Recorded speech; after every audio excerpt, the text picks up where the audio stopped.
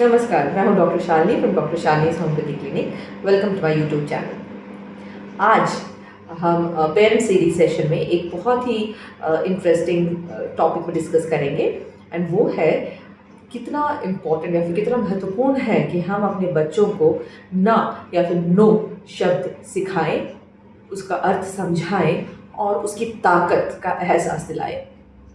तो चलिए शुरू करते हैं। मैं इस टॉपिक में क्या क्या डिस्कस करूँगी एंड लगे रहिए वीडियो के एंड तक, आपको ज़रूर इसमें फ़ायदा होगा। ये समझकर इसका महत्व समझकर और उसको बच्चों को किस तरह से अप्लाई करना है वो समझकर, बहुत ही प्रैक्टिकल नॉलेज है, हम सब जानते हैं। एंड कभी कभी हम पेरेंट्स को फिर से सुनकर, किसी और के ज़ुबानी सुनकर उसको फिर से हमारे मन में वो बात जागती है कि हमें हाँ कितना इम्पोर्टेंट है ये हमारे बच्चों को सिखाना, ना शब्द का अर्थ और महत्व। सो क्या होता है ना कि हम बचपन में हमारे पेरेंट्स ने, हम जनरेशन्स की बात कर रहे हैं, डिफरेंट डिफरेंट जनरेशन्स होता है ना। पिछले जो जनरेशन थे जहाँ पे हमारे पेरेंट्स थे, अब हमारा जनरेशन चल रहा है जब हमारे बच्चों को देखें, अब आगे वाली पीढ़ी की बात है। सो जो पिछली पीढ़ी में जो पेरेंट्स थे उन्होंने जो हमारे साथ किया है, वो हर आने वाली पीढ़ी कुछ ना कुछ सुधार लेकर उसका बेस फाउंडेशन सेम रखते हैं, बट उसमें थोड़ा चीज़ सुधार कर अपने पीढ़ी अपने बच्चों को वो सिखाने, समझाने या बड़ा करने में लगते हैं। सो हमारी जो पिछले वाली पीढ़ी होती है ना, तो उसमें भी बहुत क्या कहते हैं कि बदलाव आया है। मैं आगे जो बताने वाली उसमें ये मैं बताना चाहूँगी कि बदलाव आया है, लेकिन अभी भी जो लड़के होते हैं उनकी तरफ का जो व्यवहार होता है और जो लड़की होती है उनकी तरफ के व्यवहार में अभी भी अंतर दिखता है। ठीक है। सो ये पीढ़ी दर पीढ़ी में आ रहा है। अभी बहुत सारे जगहों पर, बहुत जगहों पर वो बदलाव आ रहा है, बहुत काफ़ी स्पीड, बहुत तेज़ गति से आ रहा है, जो बहुत अच्छी बात है। पर ये इस गति के समय भी जो लोग ये अंतर नहीं कर रहे हैं, उनके मन में भी ये अवश्य ही चीज़ बैठ जाना चाहिए कि हम अपने बच्चों को एक अच्छा नागरिक कैसे बनाएं। और एक अच्छा नागरिक बनने के लिए सबसे पहले एक बच्चे को हाँ कि नहीं, ना सुनने की आदत और ना कहने की आदत बहुत ही ज़रूरी है। क्या होता है कि जब लड़का होता है तो हमारे जो पुराणों में लिखा रहता है या फिर जो हमारे पीढ़ी दर पीढ़ी ने बताया है, इस चलन से हम उनको कुल दीपक के दौर से देखकर उनकी हर आशा जो होती है, वो हर आग्रह होती है, वो as a parent, as a माँ पिता के दौर से हम उनको करके दे देते हैं। ठीक है। अब हम पहले लड़के की बात करेंगे, उसके बाद हम लड़की पुत्री के बारे में बात करेंगे। जब लड़का होता है, अब उसमें क्या क्या प्रॉब्लम होती है कि जब उस बच्चे को हर चीज़, पूछे जाने वाले हर चीज़ जब मिलने लगती है, उसने जो मांगा, जो चाहा, अगर उसके पिता और माँ सक्षम है तो वो तभी तुरंत लेके आ सकते हैं। अगर नहीं, गरीब भी है, तो वो 2 दिन का खाना कम कर लेगा, लेकिन बेटे ने मांगा है तो वो उसकी इच्छा को पूरी करने की पूरी कोशिश करता है। इसमें होता क्या है कि उसने बचपन से, यानी कि जब से उसने अपना होश संभाला है, तब से उसने अपने, जिसको वो अपना सब कुछ मानता है ना, जो बच्चा जब पैदा होता है उसके लिए सब कुछ उसकी माँ होती है, उसके पिताजी होते हैं, जो वो देखता है वो जगह होता है। सो वहाँ सब ने उसको जो बोला, हाँ हाँ हो जाएगा, अरे बिट्टू ने कहा है ना, हाँ बिट्टू ने कहा है तो करना है। उसको दादी बोलती है कि नहीं, मेरे बिट्टू ने कहा है, उसको चाहिए तो कैसे भी ला के दे, है ना। तो ये सब जब वो बच्चा सुन रहा है बचपन से, जब से वो छोटा, जब से टॉडलर स्टेज कहते हैं 1-2 साल, तब से उसके माइंड में मन में बात बैठ जाती है कि मैं जो चाहूँगा मुझे मिलेगा।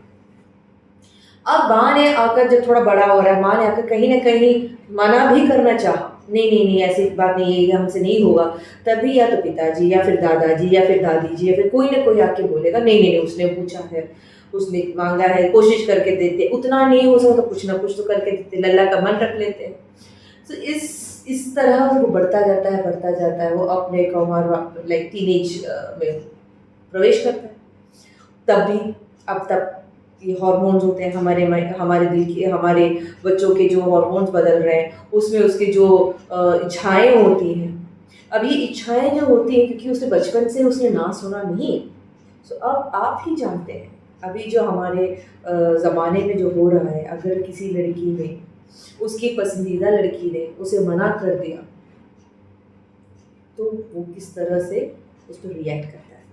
वो रिएक्शन कम पूरी की पूरी तरह उसकी परवरिश में रहती है, क्योंकि अगर उसने ना सुनने की आदत नहीं है तो या तो वो ज़बरदस्ती उस बच्ची से, उस लड़की से ना करवाएगा, उसके लिए वो कुछ भी कर सकता है, क्योंकि उस हार्मोनल ढंग पे ही उसको कुछ समझ में नहीं आता, वो उसके सारे हार्मोन इधर के उधर हैं, तो वो अपने ही वश में नहीं रहता है, अपने किसी भी ढंग से उस लड़की को हाँ करवाएगा। उसके लिए वो सच जो सही है जो गलत है उसको कोई परवाह नहीं है, क्योंकि सबको सब उसको सपोर्ट करेंगे। अरे लड़का ही तो है, अरे लड़का इस उम्र में नहीं करेगा तो कौन करेगा, अरे लड़कों को 2-3 गर्लफ्रेंड्स भी हुए तो क्या प्रॉब्लम है, अरे कुछ नहीं होता। ये सुनने के आदि बच्चा कुछ भी करेगा। अगर उस लड़की ने फिर भी जिद करके नहीं की, उसके साथ कुछ ना कुछ बुरा करने की सोच भी उसके लिए बुरा नहीं है, वो बच्चे को वो गलत लगता ही नहीं है। ये हमेशा हम सोचते हैं कि अरे इस लड़के 12 वर्ष के बच्चे ने, 14 साल के लड़के ने ये कैसे कर लिया, या फिर 17 साल के लड़के ने या 18 साल के लड़के ने कैसे कर लिया। छोड़ो आप, यही बच्चा टीनेज में होकर जब अडल्ट होता है उसको भी तब ये नहीं लगता कि अगर उस लड़की ने ना किया तो वो ना मुझे समझना चाहिए, मुझे एक्सेप्ट करना चाहिए, क्योंकि उसके जहन में ये बचपन से बात है कि ना लड़की को बोलने का हक ही नहीं है। तो ये जो ना शब्द है वो सुनने के जब तक वो आदि नहीं रहेगा बचपन से, ये चेन ऑफ इवेंट्स, जब बचपन में था उसने ना नहीं सुना, अगर किसी से ना सुना तो उसको गुस्सा आने लगता है, फिर उसकी जिद पूरी की जाती है। टीनेज होता है, उसे किसी लड़की से प्यार हो गया या फिर पसंद आया या जो भी हो, बच्चे को पसंद नहीं है, फर्क ही नहीं पड़ता, क्योंकि उसके हिसाब से उसे मिलना चाहिए। उसने कोई गलत काम किया तो भी 4 लोग उसको ही सही बोलेंगे और उस लड़की पर हाथ उंगली उठाएंगे, तब भी उसके बारे में लगता है नहीं मैंने तो कुछ गलत नहीं किया है, अगर मैंने गलत किया तो 10 लोग मेरे सामने थोड़ी मेरा साथ देते। वहाँ पे उसके बाद जब वो अडल्ट हो जाता है, जब वो पौरुष हो जाता है, उस वक्त भी जब ये करता है तो उसके मन में वो लगता ही नहीं, कहीं भी उसके जहन में वो फीलिंग ही नहीं रहती कि मैं गलत हूँ। अगर लड़की ना, वो लड़की ना ही नहीं कर सकती, लड़की है हाँ बोलना ही पड़ेगा, मैंने पूछा हाँ बोलना ही पड़ेगा, अगर ना बोला तो उसके साथ जो भी मैं करूँगा वो सही है क्योंकि वो लड़की है। सो ये सब चीज़ें शुरुआत बचपन में होती है, क्योंकि एक माँ पिता या फिर हम ऐसे सोसाइटी लड़के को ना सुनने की आदि लेकर आते हैं, और जब वो ना सुनने की बात में थोड़ी बहुत उसे कन्फ्यूजन होती है तब भी उसके गलती पर हम पर्दा डाल देते हैं, या फिर उसको हम सही मानकर उस बच्चे की मानसिक स्थिति को इस तरह से गलत ढंग से लेके जाते हैं, गलत राह दिखा देते हैं कि उसको ना सुनने के आदि ना होने के कारण गलतियां करता है, और उस गलती को उसे कोई पछतावा भी नहीं होता, क्योंकि उसके हिसाब से गलती था ही नहीं। अब रही बात लड़की की, क्यों लड़कियों को ना सुनने की आदत दिलानी चाहिए। सबसे पहली बात, जो चीज़ उसको पसंद नहीं है कई पीढ़ियों से उसे वो चीज़ करनी ही पड़ती है, क्योंकि उसकी जो भी जब भी आवाज़ उठती है तो जो जैसे मैंने कहा लड़के जो उन्होंने कभी ना सुनने की आदत नहीं है वो उसको दबा कर रखते हैं, क्योंकि इसके जो ना है वो उनको समझ नहीं आता है। आप समझ रहे हैं मैं कैसे बोल रही हूँ। लड़के हैं उन्होंने कभी ना का महत्व समझा नहीं, लड़की को ना का महत्व समझाया ही नहीं दोनों तरफ से। जब इन दोनों जेंडर्स को, लड़का और लड़की को ना का जब अर्थ ही नहीं समझाया गया, वो अपने ही दर में से ये सहमी रही, ये बिगड़ता गया, क्योंकि इसने इसको बचपन से ही पीढ़ी दर पीढ़ी ना सुनने की आदि ना दिलाकर इसको ना बोलने की ना बोले ना कभी कोई शब्द का वो जो महत्व उनकी जिंदगी में भी नहीं, उसका शायद उनको पता भी नहीं होगा कि ना कैसे बोले, कब बोले, क्या बोले, क्यों बोले, उस तरह के आदि हो चुके। हालांकि अभी बहुत जगह पे ये थोड़ा बदलाव आया है, बट ये जिनके पास पहुंच रहा है वो भी समझे कि ना लड़की को बोलना भी उतना ही जरूरी है। वो सब उसको समझना चाहिए कि जो चीज़ उसे पसंद नहीं है उसे ना बोलना चाहिए। अगर उसे कोई चीज़ ज़बरदस्ती करवाई जा रही है उसे ना बोलना चाहिए, जहाँ उसको उसका हक नहीं मिल रहा उसको ना बोलना चाहिए। फ़र्क ये है ना कैसे बोला जाए। हर चीज़ बोलने पर, बोलने के आधार पर रहती है ना। सो जैसे कि अगर कोई भी जगह आप जाकर ना बोले ना, अगर आपका अपना ओपिनियन बोल रहे हैं एंड वो लड़की कह रही है कि नहीं मुझे पसंद नहीं आया, मैं हमेशा सब बच्चों को बताती हूँ या फिर जो भी क्लाइंट्स आते हैं, जो पेशेंट्स आते हैं, उनको ये बताती हूँ कि कभी भी कोई बात बोलना गलत नहीं होता है, बोलने का ढंग गलत होता है, बोलने का जगह गलत होता है, बोलने का समय गलत होता है। ये बहुत ज़रूरी है कि हम सही बात सही जगह पर सही समय पर और सही ढंग से उसकी प्रस्तुति की जाए, क्योंकि अगर कोई भी चीज़ इन तीनों के आधार पर नहीं रहती है तो उसका कोई मूल्य नहीं रहता है। सो लड़कियों को ना बोलने के साथ साथ ना किस तरह से बोलना है, कब बोलना है, कैसे बोलना है, वो भी सिखाना बहुत ही ज़रूरी है एज पेरेंट्स।